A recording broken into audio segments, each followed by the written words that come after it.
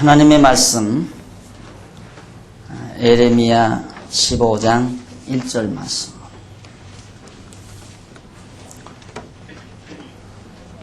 여호와께서 내게 이르시되 모세와 사무엘이 내 앞에 섰다 할지라도 내 마음은 이 백성을 향할 수 없나니 그들을 내 앞에서 쫓아내치리라. 그들이 만일 네게 말하기를 우리가 어디로 나아가리요 하거든 너는 그들에게 이르기를 여호와의 말씀에 사망할 자는 사망으로 나아가고 칼을 받을 자는 칼로 나아가고 기근을 당할 자는 기근으로 나아가고 포로될 자는 포로됨으로 나아갈지니라 하셨다 하라. 우선 2절까지 봉독했습니다. 지금 우리는 하나님 여호와께서 예루살렘에 대한 징계, 하나님께서 가장 사랑한다는 도성 시온성이죠. 예루살렘 도성에 대한 징계를 하시겠다는 내용을 에레미야 선지자를 통하여 예언하시는 내용이 지금 소개되고 있는 중입니다. 우리가 지난 시간에 14장에서 예루살렘에 가뭄이 임할 것, 가뭄에 대한 경고를 들었습니다. 오늘 계속해서 15장에서 징계, 여러 가지로 예루살렘 도성을 징계하시겠다고 경고하시는 약속이, 징계에 대한 약속이 15장에 소개됩니다. 여러분들이 가지고 계시는 교재 334페이지 밑에서 8째 줄을 보시면 동그라미 안에 징계와 경고 약속이라는 내용이 나옵니다. 그 가운데서 이제 15장 1절로 4절까지는 네 가지로 멸하고 므낫세의 죄로 열방의 흩음을 경고하죠. 이제 거기 말한 대로, 이제 봉독해 드린 대로 1절에 여호와께서 내게 이르시되 에레미야에게 이르시되 모세와 사무엘이 내 앞에 섰다 할지라도, 모세는 율법을 받은 이스라엘의 영도자였습니다. 사무엘은 선지자의 대표죠. 율법과 선지의 대표인 모세와 사무엘이 서영 하나님 앞에 섰다 할지라도 내 마음은 이 백성을 향할 수 없다. 예루살렘 백성을 향해서 마음을 부드럽게 할 수는 없다. 그건 당연하죠. 물론 우리가 이렇게 보면 그들이 죄를 졌기 때문에, 범죄했기 때문에 하나님께서 마음을 돌이킬 수 없다는 말로 얼른 이해할 수 있겠으나 사실은 그게 아니고 하나님께서 이미 모세를 통하여 예루살렘과 유다를 바벨론에 이미 포로 잡혀가도록 모세 시대에 이미 언약된 사실입니다. 계획된 사실. 그러니까 하나님은 한번 당신께서 계획하신 대로 그 계획을 밀고 나가서야 하기 때문에 아무리 모세가 기도하고 사무엘이 하나님 앞에 기도를 한다 할지라도 내가 절대로 이스라엘 예루살렘 백성을 향해서 내 마음을 향할 수가 없다. 계획된 대로 저주를 내려야 된다. 그것이 바로 이 1절 말씀의 주요한 요지입니다. 그러면 어떻게 저주를 내릴 것인가? 세 가지가 나오죠. 너는 그들에게 2절 중반절에 보면 여호와의 말씀에 사망할 자는 사망으로나 사망으로, 그리고 칼로, 또 하나는 기근으로, 또 하나는 포로됨으로, 이렇게 네 가지로 하나님께서 예루살렘 도성을 멸하겠다. 그러니까 죽을 자도 있고 칼을 받을 자도 있고 또 기근을 당할 자도 있고 또 이방 민족에게 포로로 잡혀갈 자도 있고, 3절 나 여호와가 말하노라 내가 그들을 네 가지로 벌하리니 곧 죽이는 칼과 찢는 개와 삼키어 멸하는 공중의 새와 땅의 짐승으로 할 것이며 도구도 역시 네 가지예요. 자, 거기 보면 죽이는 칼, 찢는 개, 그리고 멸하는 공중의 새, 땅의 짐승, 이런 것들을 통하여 예루살렘을 진멸하겠다. 그 다음 4절 유다 왕 히스기야의 아들 므낫세가 예루살렘에 행한 말을 인하여 내가 그들을 세계 열방 중에 흩으리라. 므낫세 지파가 범한 행동, 죄를 인해서 그들을 모든 열방에 다 흩어버리겠다. 그러니까 포로로 잡혀가고 흩어지게 하겠다. 결국 뽑아 심으시는 거죠. 뽑아내는 거죠. 뽑으시고 심으시는 것. 바로 그런 뜻이 에레미야 내용이라고 그랬는데 하나님의 백성들을 뽑아서 열방에 다 흩어버리겠다. 우리가 이런 거듭 말씀드리지만 이런 대목의 내용만 듣다가 보면 하나님은 택한 백성도 여지없이 범죄하면 다 진멸시켜버리고 마시는구나 이렇게 착각할 수 있습니다. 그러나 지난번에도 말씀드렸지만 이러한 이스라엘 유다 백성들, 예루살렘 백성들에 대한 진노는 이미 계획된 대로 이루어지는 겁니다. 계획된 대로. 그리고 아주 멸하는 것이 아니라 멀리 뽑아다 옮겼다가 다시 심으시는 하나님이심을 언제나 전제하고 이해하셔야 된다는 뜻이죠. 5절 예루살렘아 너를 불쌍히 여길 자 누구며 너를 곡할 자 누구며 돌이켜 네 평안을 물을 자 누구뇨. 5절부터 9절까지는 재난으로 멸하고 남은 자는 대적에게 붙일 것을 예고합니다. 많은 재난으로 죽일 자는 죽이지만 또 남은 자들은 전부 대적에게 붙여서 사로잡혀가게 한다. 다 비슷한 얘기죠. 6절 여호와께서 가라사대 네가 나를 버렸고 내게서 물러갔으므로 내게로 내 손을 펴서 너를 멸하였노니 이는 내가 뜻을 돌이키기에 염증이 났음이로다. 이는 내가 하나님께서 뜻을 돌이키기에 염증이 났다. 그러니까 이제 뜻을 돌이키지 않고 계속해서 왜? 하나님께서 많이 뜻을 돌이키셨죠. 그런데 그 뜻을 돌이킨다는 것이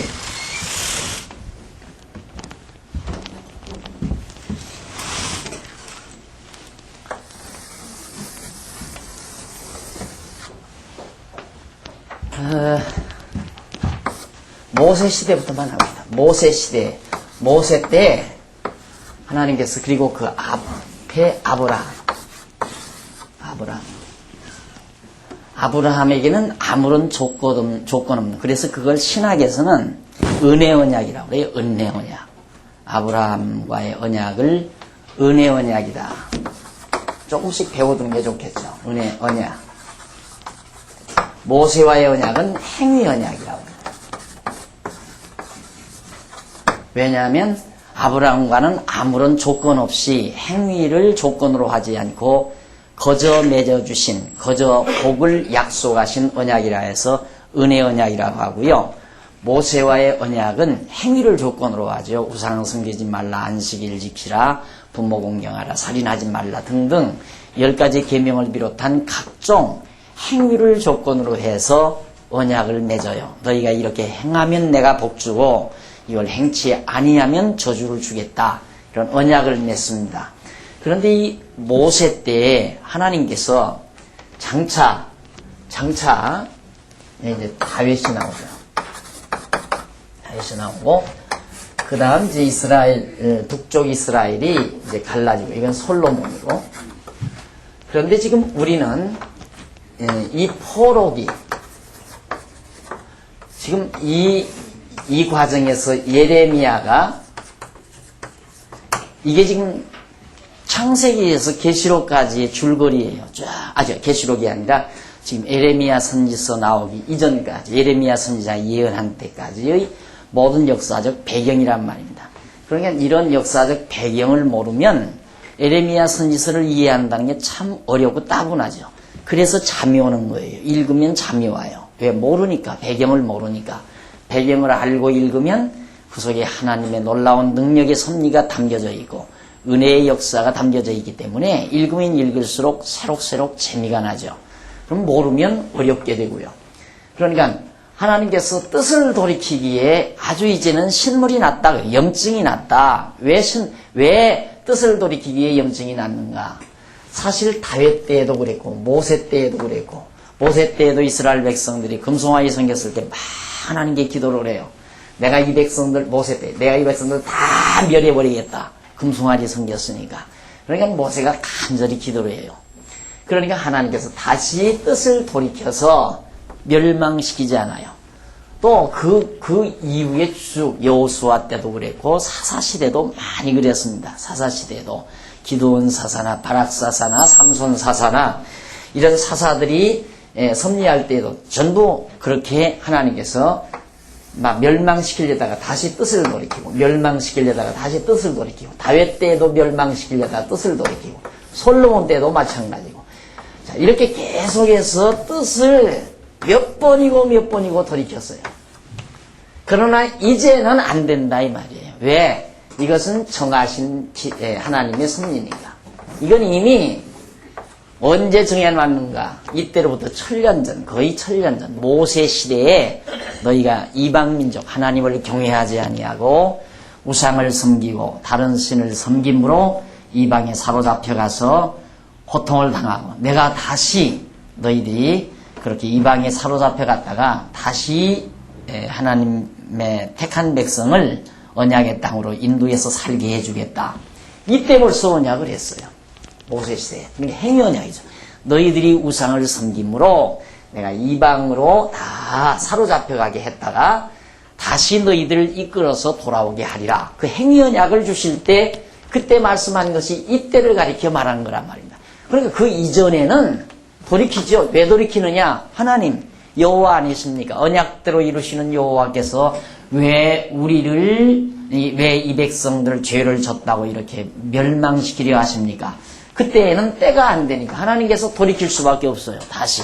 그러나 이제는 돌이킬 수가 없는 거죠. 이게 돌이켜지면 하나님의 작정, 하나님의 뜻이 어긋나니까.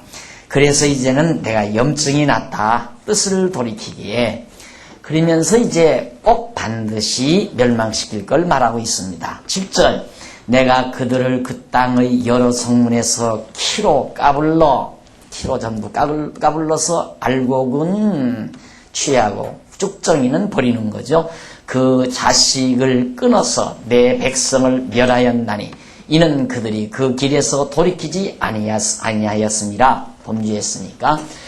그들이 과부가 내 앞에 바다 모래보다 더 많아졌느니라. 내가 대낮에 회멸할 자를 그들에게로 데려다가 그들과 청년들의 어미를 쳐서 놀람과 두려움을 그들에게 졸지에 임하게 하였으며 7 자식을 생산한 여인으로는 쇠약하여 기절하게 하며 오히려 백주에 그의 해로 떨어져서 그로 수치와 근심을 당케 하였느니라. 그 남은 자는 그 대적의 칼에 붙이리라. 여호와의 말이니라. 예루살렘을 다 멸하고 남아있는 자는 대적의 손에 붙여서 사로잡혀가게 하겠다. 지금 하나님의 진노가 무섭게 임합니다. 자, 이런 대목들을 보면 우리 성도님들이 대부분 이제 이렇게 생각하죠. 야, 정말 하나님이 은혜의 하나님이지만은 하나님은 이렇게 진노하시면 진멸시키시는구나. 멸망도 시키시는구나. 이런 생각을 곧잘하게 됩니다. 이때 이제 구약시대에는 이게 모형이에요. 예표적이고, 모형적이고, 그림자적이란 말입니다. 그러니까 이것이 오늘 우리 성도에게 있어서는 뭐가 죽느냐? 이 목숨이 죽는 게 아니에요. 내가 택한 백성 아니에요? 내가 하나님의 택한 백성인데, 이 목숨을 나를 완전히 진멸시켜서 지옥 보내는 것이 아니라 사도 바울이 말했듯이 매일같이 나는 죽는다 그랬잖아요. 매일 죽는다는 말은 육신의 소욕을 죽이는 거예요. 그러니까 내가 오만 방자에서 육체의 소욕대로 하나님을 거역하고 내 욕망대로 살아갈 때에는 하나님께서 내 육체의 소욕을 죽이기 위해서 오만 방자함을 꺾어버려야 되잖아요. 그러기 위해서 때로는 우리에게 여러 가지 시련도 주고 고통도 주는 거란 말입니다. 구약시대처럼 내 생명을 죽여서 내 목숨이 끊어져가지고 공중의 새들의 밥이 되고 들짐승들이 와든 내 시체를 뜯어먹는 그런 비참한 그런 육신적인 죽음이 우리에게 닥치는 게 아니죠. 만약에 그런다면 예배당 마당에 개들이 좀 징그럽지만은 개들이 와서 뜯어먹는 시체가 참 많을 거예요. 예배당원 갔다가 찾아오는 사람 가운데는 오만방자하고 정말 자기 욕심을 위해서 오는 자들도 있고 지난 주일에 안식일 범한 자들도 있으니까 오자마자 죽으면 그냥 개들이 우르르 몰려들어서 뜯어먹고 그래야 할 것 아니겠어요? 왜 그러는가? 우리의 육신의 생명이 죽어서 넘어지지 아니하고 우리의 육신의 소욕을 성령의 소욕으로 쳐서 복종시키는 이유는 육신의 소욕으로 육신이 죽어서 다시 부활하신 그리스도의 공로로 우리에게서는 육신의 그런 죽음이란 우리에게서 떠나버리고 만 거예요. 그러니까 여기에서 구약에서 말하는 건 전부 예수 그리스도에 대한 하나의 예표예요. 그리스도에 대한. 그러니까 예수 그리스도가 오셔서 우리의 죄짐을 지시고 죽으실 것에 대한 모형과 예표란 말입니다. 그런데 이 내용을 갖다 오늘날 성도들이 그대로 막 던져버리면 다 벌벌 떨지요. 안 그렇겠어요? 다 벌벌 떤단 말입니다. 그러니까 부흥회 할 때에는 성경을 읽고 구약 성경을 읽고 예수님만 빼내버리면 돼요. 구약 성경을 읽고 예수님 빼놓고 설교를 하면 말씀대로죠. 성경대로. 그러니까 온 성도들은 벌벌벌벌 떤다 이 말이에요. 보십시오.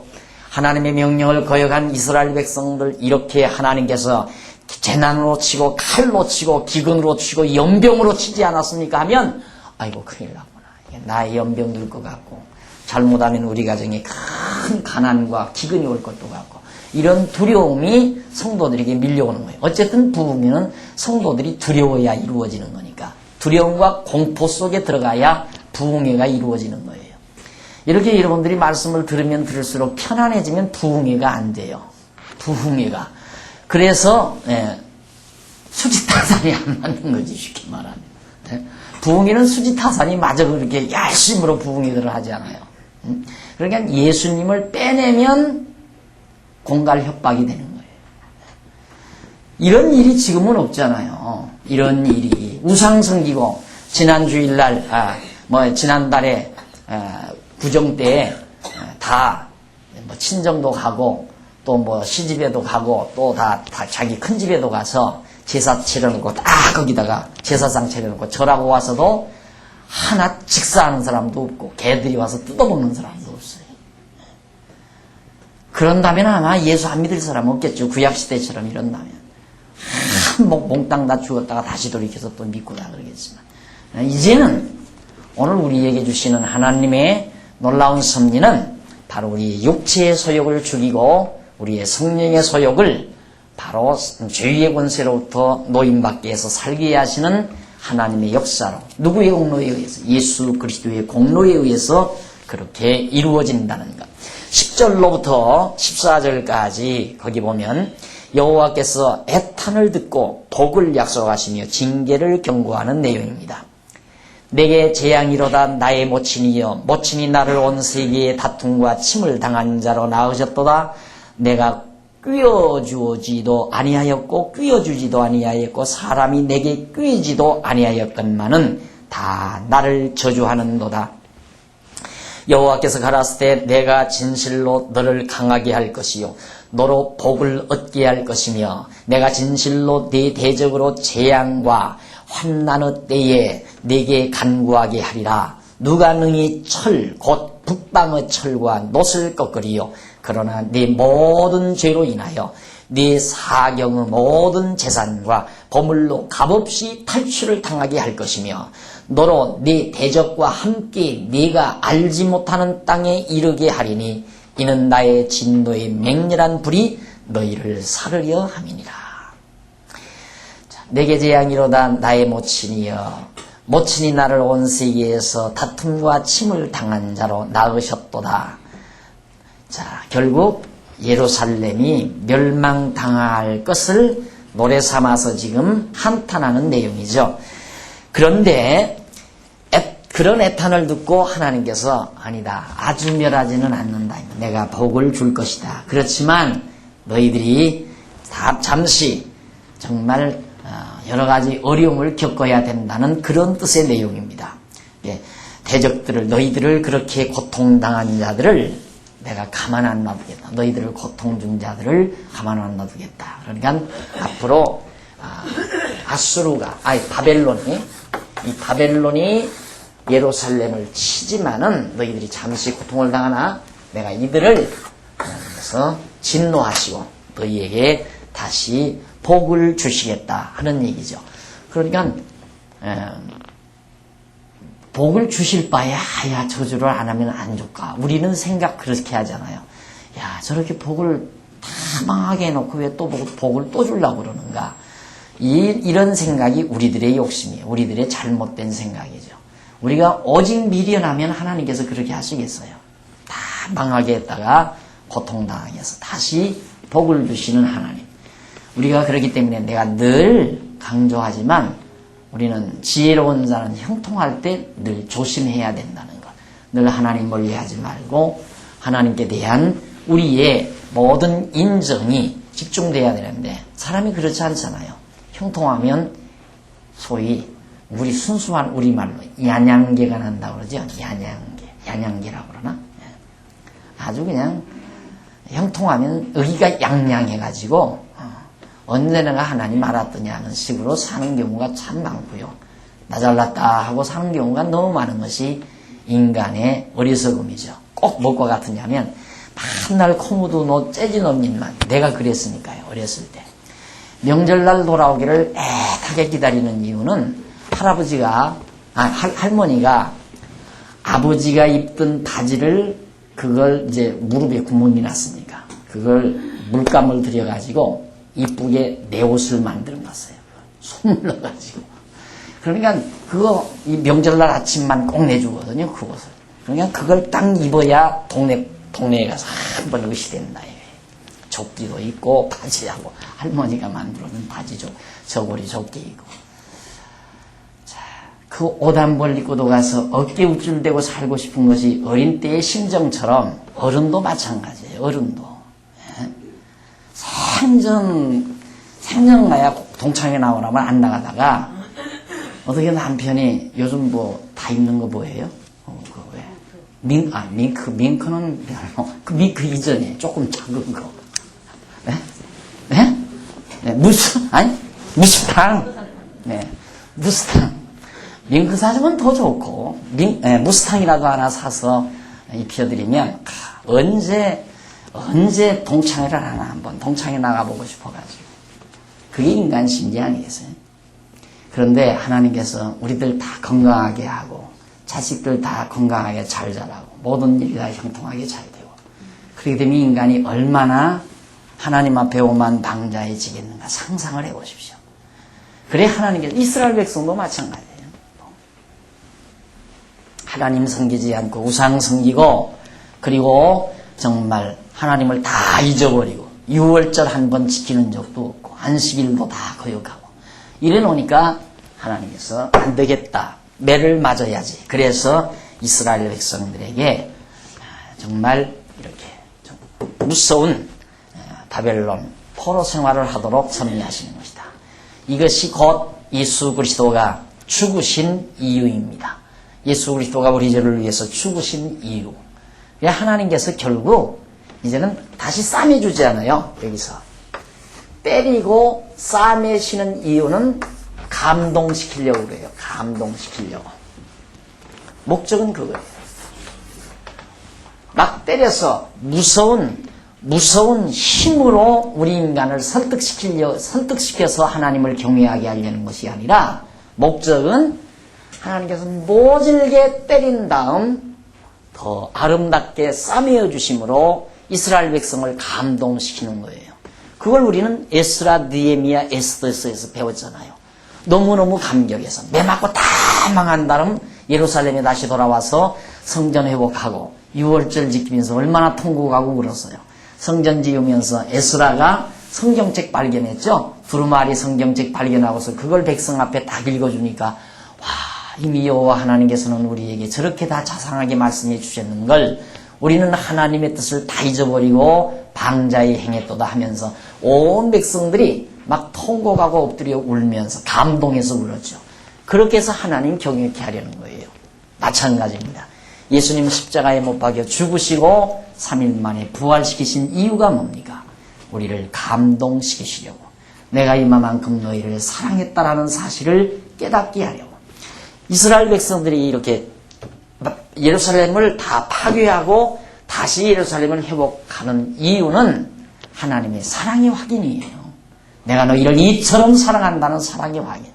그런데 우리에게는 그런 예루살렘 성이나 무너뜨리고 그 성이나 다시 복구하는 정도가 아니에요. 하나님의 아들 독생자 예수 그리스도, 영원한 성전 되시는 예수 그리스도를 십자가에 못 박아 죽이시고, 그리고 3일 만에 우리를 의롭다 하기 위해서 부활시키신 사실, 이것으로 하나님의 사랑을 우리에게 확증하셨도다. 하나님의 사랑을 우리에게 확증시키셨도다. 그래서 우리를 감동시켜서 하나님 경외하는 자 만드시려고요. 그래서 우리가 예수 그리스도를 믿고 의지하는 이유가 그겁니다. 예수님을 통해서, 예수가 그리스도이심을 통하여 우리는 하나님이 우리를 얼마나 사랑하셨고 우리가 하나님의 완벽한 택한 백성이라는 걸 깨닫고 감동시키시려고. 그래서 내가 늘 강조하는 이유가, 오늘 신약교회 시대를 살아가는 우리 성도들은 심령의 감동이 사라지면 병든 것이다. 감동이, 은혜의 평강과 기쁨이 사라지면 신앙은 병든 거예요. 언제 다 미워할 시간이 있어요. 안 그래요? 정말 우리가 하나님의 말씀을 깨닫고 하나님의 그 크신 사랑에 감동하고 산다면 언제 남을 헐뜯고 언제 남을 미워하고 언제 남을 시기하면서 살 겨를이 어디 있느냐 이 말이죠. 감동해서 기쁘고 즐겁게 정말 이웃을 사랑하고 옆을 돌보면서 연민의 정을 가지고 살기도 짧은 세상이 될 겁니다. 그래 우리들이 하나님 앞에서 감동해서 사는 것이지, 감동해서 하나님을 섬기고 감동해서 하나님 앞에 충성하고 감동해서 진리를 위해 사는 것이지, 그렇게 살지 아니하시면 하나님께서 벌 줄까 봐서 그렇게 사는 게 아니라 이 말이에요.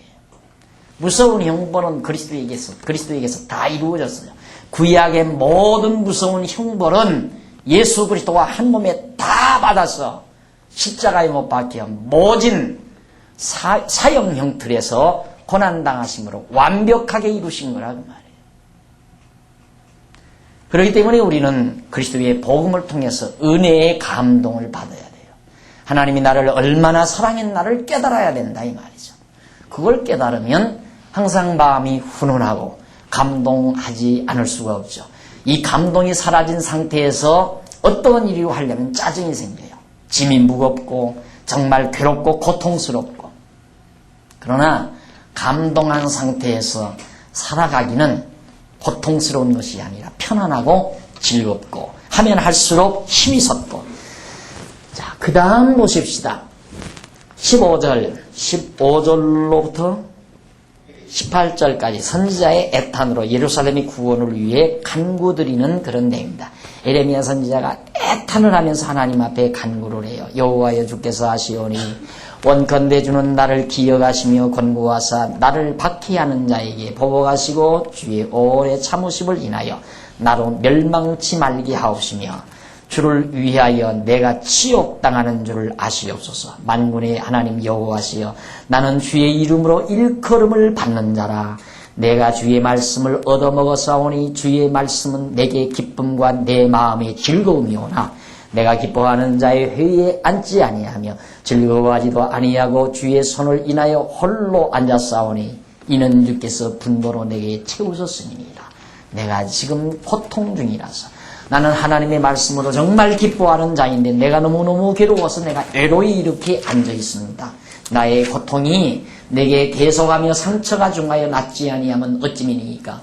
주께서는 내게 대하여 물이 말라서 속이는 시내 같으시니까. 주께서는 내게 대하여 물이 말라서 속이는 시내 같으시니까. 하나님은 인정도 사정도 없으십니까? 그 말이에요. 어떻게 나를 이렇게 아프게 해놓으시고 가만히 계십니까? 19절 여호와여, 19절로부터 22절 선지자가 회개하고 언약을 들어 비를 주실 것을 가뭄이 왔으니까. 아까 기근으로 치신다고 그랬죠. 여호와께서 이같이 말씀하시되 네가 만일 돌아오면 내가 너를 다시 이끌어서 내 앞에 세울 것이며 네가 만일 천한 것에서 귀한 것을 취할 것 같으면 너는 내 입같이 될 것이라. 그들은 내게로 돌아오려니와 너는 그들에게도 돌아가지 말지니라. 내가 너로 이 백성 앞에서 견고한 노성벽이 되게 하리니 그들이 너를 칠지라도 이기지 못할 것은 내가 너와 함께하여 너를 구하여 건짐이니라. 여호와의 말씀이니라. 내가 너를 악한 자의 손에서 건지며 무서운 자의 손에서 구속하시리라. 에레미야를 하나님께서 견고히 붙들어 주겠다. 20절에 나오죠. 아마 여러분 신방 받으면서 이런 구절 많이 들었을 거예요. 신방 받을 때 이런 구절만 딱딱 빨간 줄 쳐놨다가 집집마다 가서 그런 구절만 읽어주면 되게 주죠. 내가 너로 이 백성 앞에 견고한 노성벽이 되게 하리니. 전후문맥을 알고 해야죠. 전후문맥을. 왜? 노성벽. 결국엔 에레미야가 끝까지 이 백성들에게 하나님의 말씀으로 권고해야 되고 가르쳐야 되기 때문에 에레미야가 무너지면 안 되잖아요. 그래서 무너지지 아니하는 노성벽이 되게 하고, 또 그들이 너를 칠지라도 이기지 못할 것은 내가 너와 함께하여 너를 구원하여 건짐이니라. 결국 예루살렘도 하나님께서 견고히 이방민족들이 쳐들어온다 할지라도 무너나지 아니하고 결국 회복해 주도록 견고히 지켜줄 것을 약속하는 내용입니다. 자, 그 다음 이제 16장 넘어가십시다. 16장 징계로 인한 결과입니다. 하나님께서 예루살렘을 징계하심으로 어떤 결과가 오는가. 중요한 내용이죠. 참 중요한 내용. 하나님께서는 이 결과를 목적해서 이제 때리시는 거니까 어떤 결과가 나오는가. 16장 1절로 4절에 보면 벌써 기근으로 망하고 새와 짐승들은 밥이 된다. 벌써 예루살렘이 망하기 시작해요. 여호와의 말씀이 또 내게 임하니라. 가라사대 너는 이 땅에서 아내를 취하지 말며 자녀를 두지 말지니라. 이곳에서 생산한 자녀와 이방 땅에서 그들을 해산한 어미와 그들을 낳은 아비에 대하여 나 여호와가 이같이 말하노라. 출산을 하면 고통이 더 심하다는 얘기죠. 그들은 독한 병으로 죽고 슬퍼함을 입지 못하며 매장함을 얻지 못하여 지면의 분토 같을 것이라. 칼과 기근에 망하고 그 시체는 공중의 새와 땅 짐승의 밥이 되리라. 자녀들을 낳고 영양실조가 돼 기근이 와서 제대로 먹지도 못하면서 자녀들만 나누면 자녀들도 죽을 뿐만 아니라 산모도 다 병들어 죽게 돼서 땅에 묻히지도 못하고 결국 공중의 새들이 와서 다 뜯어먹는 결과가 돼버리고 만다. 짐승밥이 돼버리고 만다. 그러니까 출산하지 말라고 그래라. 5절 여호와께서 이같이 말씀하시되 상가에 들어가지 말라. 가서 통곡하지 말며 그들을 위하여 애곡하지 말라. 내가 이 백성에게서 나의 평강을 빼앗으며 인자와 긍휼을 제함이니라. 여호와의 말이니라. 하나님께서 예루살렘 백성, 예루살렘 평강의 도성이죠. 그런데 평강의 도성에서 평강을 뺏어버리면 뭐가 남아요? 아무것도 안 남잖아요. 큰 자든지 작은 자든지 이 땅에서 죽으리니 그들이 매장되지 못할 것이며 그들을 위하여 애곡하는 자도 없겠고 자기 몸을 베거나 대머리에 되게 하는 자도 없을 것이며 슬플 때 떡을 떼며 그 죽은 자를 인하여 그들을 위로하는 자가 없을 것이며 그들의 아비나 어미의 상사를 위하여 위로의 잔을 그들에게 마시울 자가 없으리라. 어려운 일을 당해도 위로자가 없다. 8절 너는 잔치집에 들어가서 그들과 함께 앉아 먹거나 마시지 말라. 만군의 여호와 이스라엘 하나님이 같이 말하노라. 보라 기뻐하는 소리와 즐거워하는 소리와 신랑의 소리와 신부의 소리를 내가 네 목전 네 시대 이곳에서 끊어지게 하리라. 시집가고 장가하고 마시고 즐거워하는 노래소리가 다 끊어지게 만들겠다. 예루살렘의 처참한 모습입니다.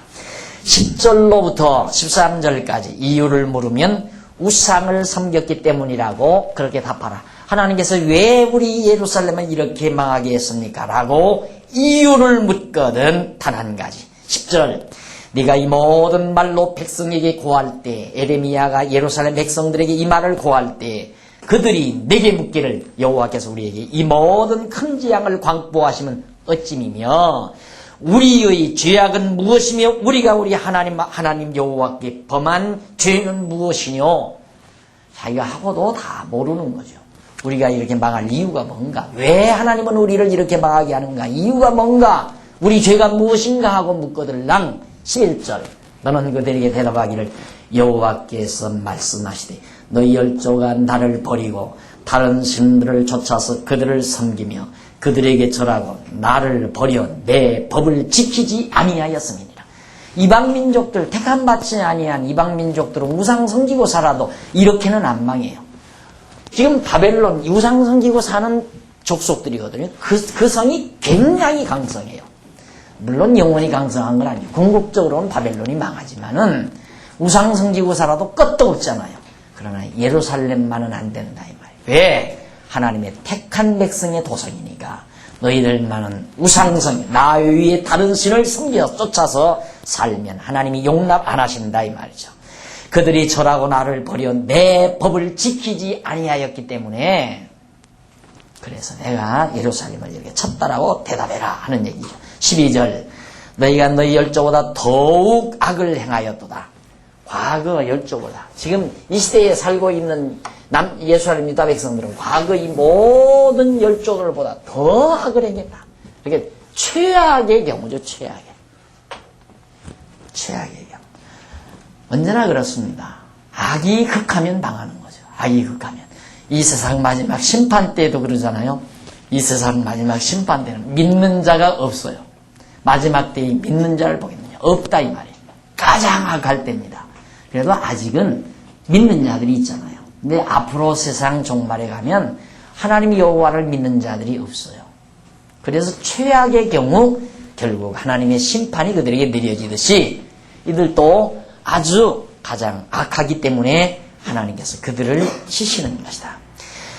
내가 너희를 이 땅에서 쫓아내며 13절 내가 너희를 이 땅에서 쫓아내어 너희와 너희 열조에 알지 못하던 땅에 이르게 할 것이라. 알지 못하던 땅 바벨론 땅이죠. 열조들은 애굽 땅은 알지만 바벨론 땅은 모르잖아요. 그러니까 글로로 알지 못하는 땅으로 쫓아내겠다. 못하던 땅에 이르게 할 것이라. 너희가 거기서 주야로 어떻게 다른 신들을 섬기리니 이는 내가 너희에게 은혜를 베풀지 아니함이니라 하셨다. 자, 그러니까 하나님 여기에서 하나님 위에 다른 신을 섬기니까 야, 이 평강의 도시 예루살렘 이 택한 백성이 살면서 여호와를 경외할 도시 성에서는 다른 신 섬기면 안 됩니다. 그렇게 다른 신 섬기고 싶거들랑 다른 신 섬기는 날에 가서 시커 설기라 시커 설기 섬기고 살라. 그래서 글로로 보내겠다 이 말이야. 하나님 한번 거기 가서 마음껏 다른 신 섬겨봐라. 너희가 이는 왜 그러는가? 다른 신을 섬기리니 그 이유는 내가 너희에게 은혜를 베풀지 아니하였습니다. 그러니까 하나님이 은혜를 안 베풀면 다른 신 섬기고 살 수밖에 없어요. 이스라엘 백성들. 은혜 베풀면 하나님께서 이제 장차 데려다가 은혜를 베풀죠. 베풀면 감동을 받아서 여호와 하나님 경외하고 살죠. 그러나 이때는 은혜를 베풀지 않기 때문에 다른 바벨론으로 막 다 내쫓아 버려요. 이방신 다른 신 섬기는 나라. 거기 가서 하나님의 위에 다른 신 섬기고 살아보라고. 다른 신 섬기며 사는 삶이 어떤지를 체감하게 하는 거예요. 한번 몸소 경험하게 하려는 거예요. 이것이 하나님께서 가르치시는 방법이십니다. 교육은 언제나 그렇지만 교육이라고 하는 것은 이론 교육도 중요하지만 이론 교육 못지않게 더 중요하죠. 이론 교육보다 더 중요한 것이 경험 교육이에요. 경험 교육. 이 세상을 살아가면서. 그냥 저는 항상 그런 얘기를 하면 날들어 합리화한다고 어떤 사람은 그런 얘기 하더라고요. 어느 분이 예를 들어서 우리 성도들 이렇게 다 교회 나오시면은 나와서 신앙생활 하시잖아요. 어느 분이 자꾸 이제 말씀 듣는 것도 게을리하고 슬슬 교회도 덜 빠지고 가면 어떤 데는 좀 안타까워서 전화라도 한번 해드릴까 싶다가도 아유 그것도 하나님이 가르치시는 방법인데 뭐 내버려 두어보자. 일주일 내버려 둬버려요. 몇 번 전화해도 안 되면 아예 내버려 둬버려요. 왜 그것도 못 그건 그분은 와서 내 설교 듣는 것보다 나가서 경험하는 게 훨씬 빨라요. 그러죠?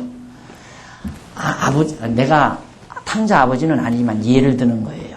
탕자 아버지가 아들놈이 탕자, 작은 아들놈이 아버지 나 혼자 좀 나가서 살아보렵니다. 돈 주십시오. 그러면 아버지가 그러고 이놈아 인생 그런 거 아니다. 애비 말씀 잘 듣고 아버지 말씀 듣고 아버지 품에서 사는 것이 제일 행복이다. 암만 맨날 밤새껏 앉아서 뒷이기면서 가르쳐 주어도 필요 없어요. 아들놈 마음에는 지금 아버지가 고리타분하고 아버지 떠나서 나가고 싶은 대로 지금 할 맘만 가득한데 그러니까 탕자 아버지가 2만 원씩 돈 내주잖아요. 나가라고. 그래 나가라고. 그래서 저는 목회하기가 쉬워요. 어느 분이 전화를 해서 그래. 목사님 어느 분이 요즘 교회 잘 안 나오시죠? 그분 연보도 참 많이 하시는데요. 내가 연보 많이 하는지 안 하는지 뭐 어떻게 알겠어요. 그런데 그런 얘기를 해요. 그러니까 연보 많이 하니까 나와야 된다는 거죠. 강도질을 해. 차라리 그게 빨라. 칼 들고 가서 강도질하는 것이.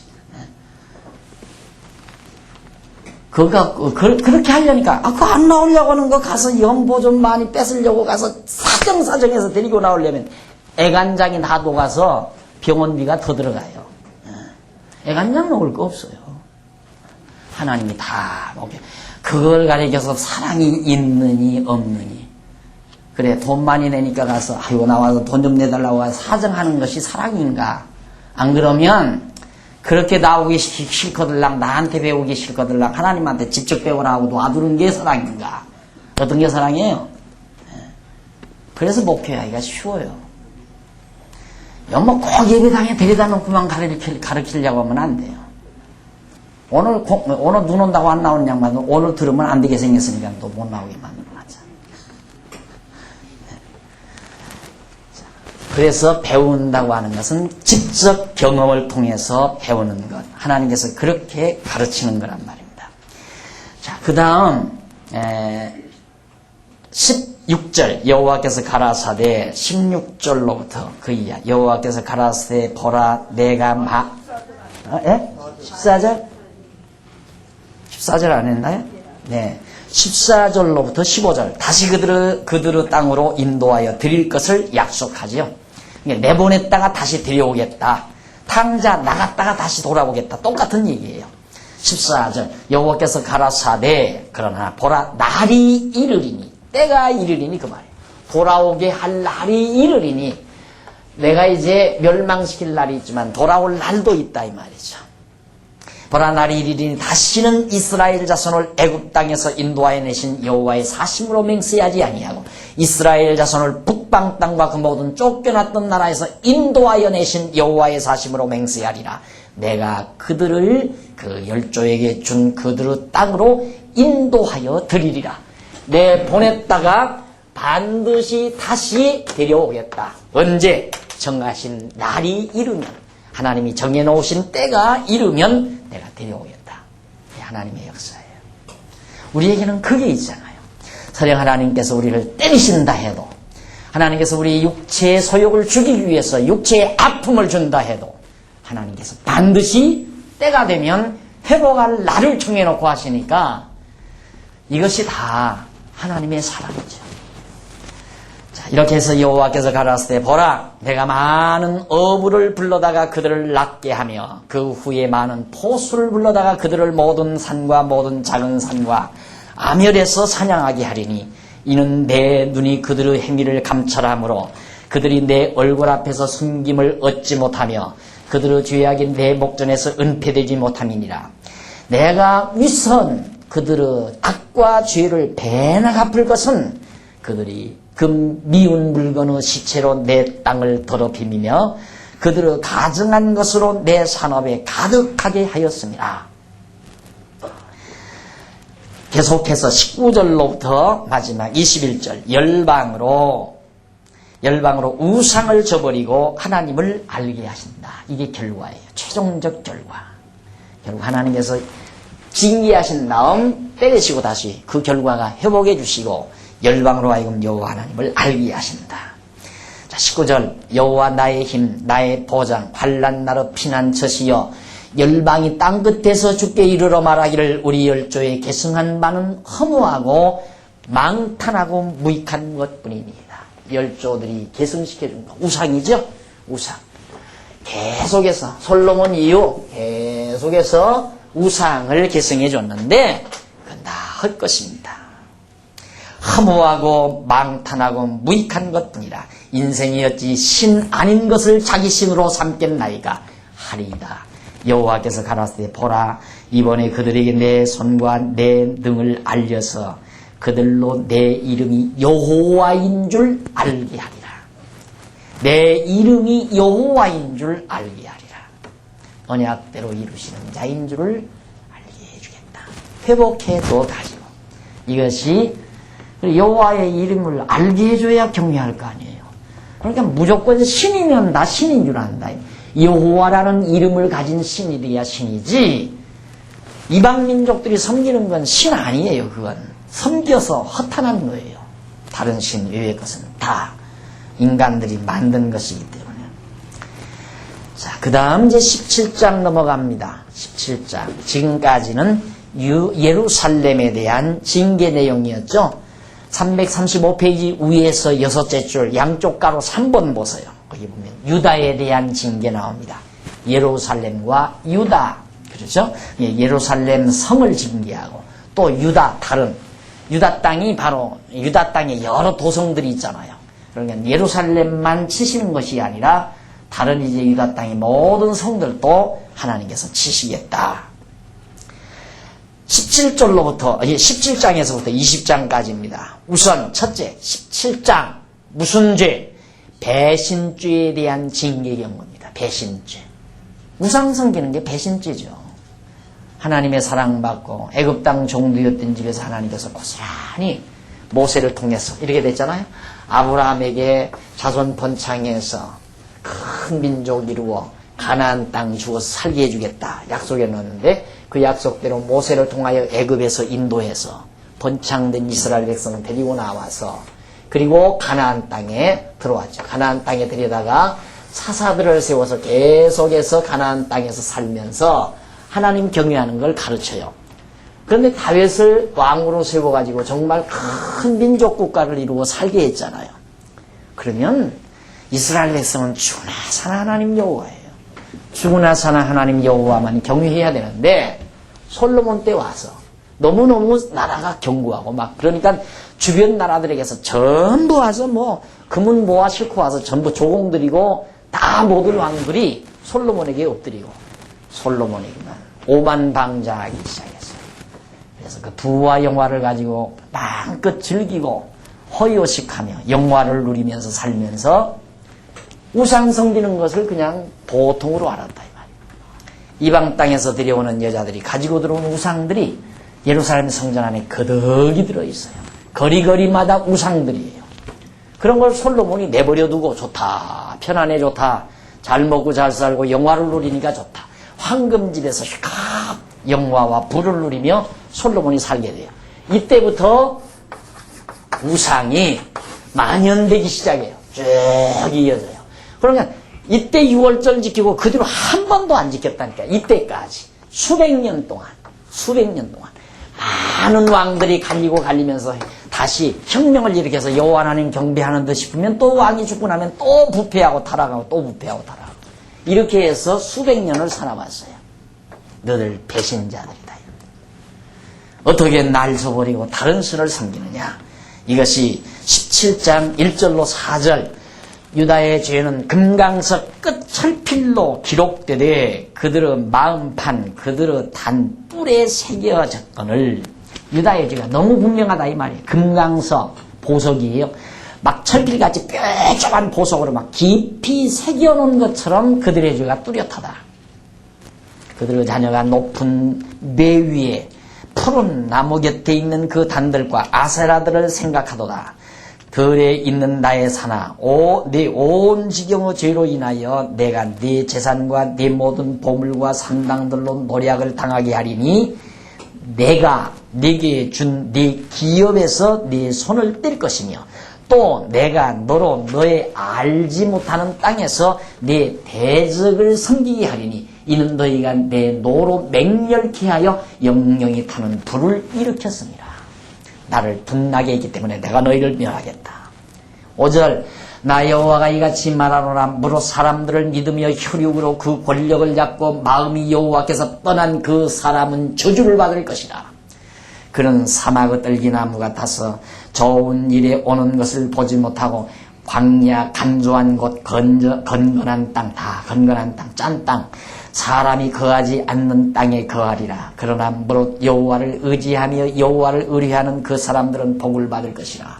그는 물가에 심기운 나무가 그 뿌리를 강변에 뻗치고 더위가 올지라도 두려워 아니하며 그 잎이 청청하여 가무는 해에도 걱정이 없고 결실이 그치지 아니함 같으니라.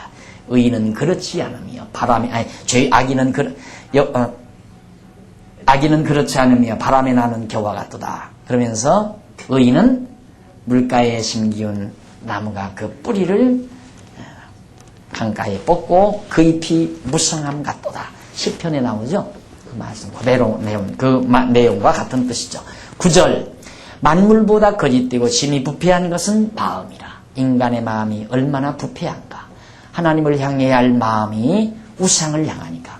여러분, 마음은 보이지 않는 거예요. 보이지 않는 거. 근데 그래서 사람들이 마음을 우습게 알아요. 사람이 마음이 흔들리면 건강이 휘청휘청해요. 마음이 흔들리는데 왜 건강이 휘청거려요? 이 건강이. 그걸 우리는 몰라요. 마음을 견고히 가지면 건강해져요. 다른 거 없어요. 마음을 견고히 가지면. 사람이 변죽 많은 사람은 수명이 짧아요. 원래 변죽 많은 사람은 수명이 짧아. 깨끗하면서 온 몸에 그냥 뼈가 휘청휘청하는 거죠. 뼈가. 마음이 휘청휘청하면 뼈가 휘청거려요. 굳은 마음 매우 중요한 것입니다. 그럼 마음이 어떻게 해야 굳나? 확신이 있어야 굳어요. 확신이 있어야. 확신이 없으면 마음이 자꾸 흔들려요. 그래서 만물보다 거짓된 것이 부패한 것은 마음이라. 누가 능히 이를 알리오마는. 나 여호와는 심장을 살피며 폐부를 시험하고 각각 그 행위와 그 사실대로 보응하나니. 불의로 치부하는 자는 자고새가 낳지 아니한 알을 품은 같아서 그 중년에 그것이 떠나겠고 필경은 어리석은 자가 되리라. 나와요. 그러니까 그 마음을 누가 알아요? 아무도 몰라요. 그러나 하나님은 다 알아요. 심장, 폐부를 다 하나님은 살피신다 이 말이죠. 그러니까 하나님 앞에서는 마음 속일 수가 없잖아요. 그런데 불의로 치부하는 자, 우상 섬기면서 정말 하나님을 배역하고 너희들 잘 먹고 잘 살았지? 다 필요 없는 거다. 필요 없어. 다 날아가 버려요. 어떻게? 그 비유를 어떻게 하느냐면 새 중에 아주 미련한 놈의 새가 있어요. 여기 자고새라고 그래. 하나 기억해 두십시오. 자고새. 예. 자고새라는 게 왜 미련하냐면 이것은 지가 알을 낳는 게 아니라 다른 새들이 알 낳은 걸 다 가서 도둑질해 와요. 저 꽁세계에서 꽁둥지에서 꽁알 하나 뽑히려. 비둘기 궁리에 비둘기 알 도르고 이렇게 다 남의 알 오리둥지에서 오리알도 뜸씌워. 그렇게 해서 모아놓고 그거를 이제 열심히 품고 있어요. 제 새끼인 줄 알고. 그래서 이제 까면은 열심히 새끼 먹을 것 물어다가 잘 키운단 말입니다. 이게 딱 키워보니까 꽁은 꽁되고 비둘기는 비둘기 되고 오리는 오리 될 거 아닙니까? 그러니까 꽁된 놈은 꽁새기로 날아가 버리고 오리는 오리새기로 날아가 버리고 그리고 비둘기는 비둘기한테 날아가 버리니까 지는 아무것도 없는 거예요. 그러니까 여호와 하나님 경외하지 않고 하나님의 택한 백성이 너희들이 하나님 저버리고 우상 섬기면서 부를 누리고 그렇게 사는 건 자고새 같은 인간들이다. 힘들어. 다 흩어져 버리고 만다. 이것이 바로 지금 하나님께서 에레미야에 하는 말입니다. 영화로우신 보좌하여 12절 영화로우신 보좌하여 원시부터 높이 계시며 우리 성소이시며 이스라엘의 소망이신 여호와여 무릇 주를 버리는 자는 다 수치를 당할 것이라. 무릇 여호와를 떠나는 자는 흙에 기록이 되오리니 이는 생수의 근원이신 여호와를 버림이니라. 생수 이 물이라는 게 인간과 밀접한 관계가 있는 건데 생명수의 근원이 되시는 여호와를 버린 민족이 어떻게 살겠느냐. 여호와여 주는 나의 찬송이시오니 나를 고치소서. 그리하시면 내가 낫겠나이다. 여호와께서 나를 고치면 내가 낫습니다. 나를 구원하소서. 그리하시면 내가 구원을 얻으리이다. 그들이 내게 이르시기를 여호와의 말씀이 어디 있느냐 이제 임하게 할지어다 하나이다. 구원해야 구원만. 내가 노력해서 구원 얻는 게 아니에요. 여호와께서 나를 구원하시면 구원을 얻으리이다. 16절 나는 목자의 직분에서 물러가지 아니하고 주를 쫓아 싸우며 재앙의 날도 내가 원치 아니하였음을 주께서 아시는 바라. 내 입술에서 나온 것이 주의 목전이 있나이다. 주는 내게 두려움이 되지 마옵소서. 재앙의 날에 주는 나의 피난 처신이다. 나를 박해하는 자로 수욕을 당케 하시고 나로 수욕을 당케 마옵소서. 그들로 놀라게 하시고 나로 놀라게 마옵시며 재앙 문화를 그들에게 임하게 하시며 배가 되는 멸망으로 그들을 멸하소서. 바벨론을 하나님께서 멸망해 주십시오. 저들이 우리를 괴롭혔습니다. 이것이 에레미야의 기도 내용이었습니다. 자, 그 다음 이제 19절로부터 이제 19절로부터 23절까지 여호와께서 안식일을 거룩하게 하라고 권면하시는 그런 내용이 나오는데 우리 찬양 들고 계속해서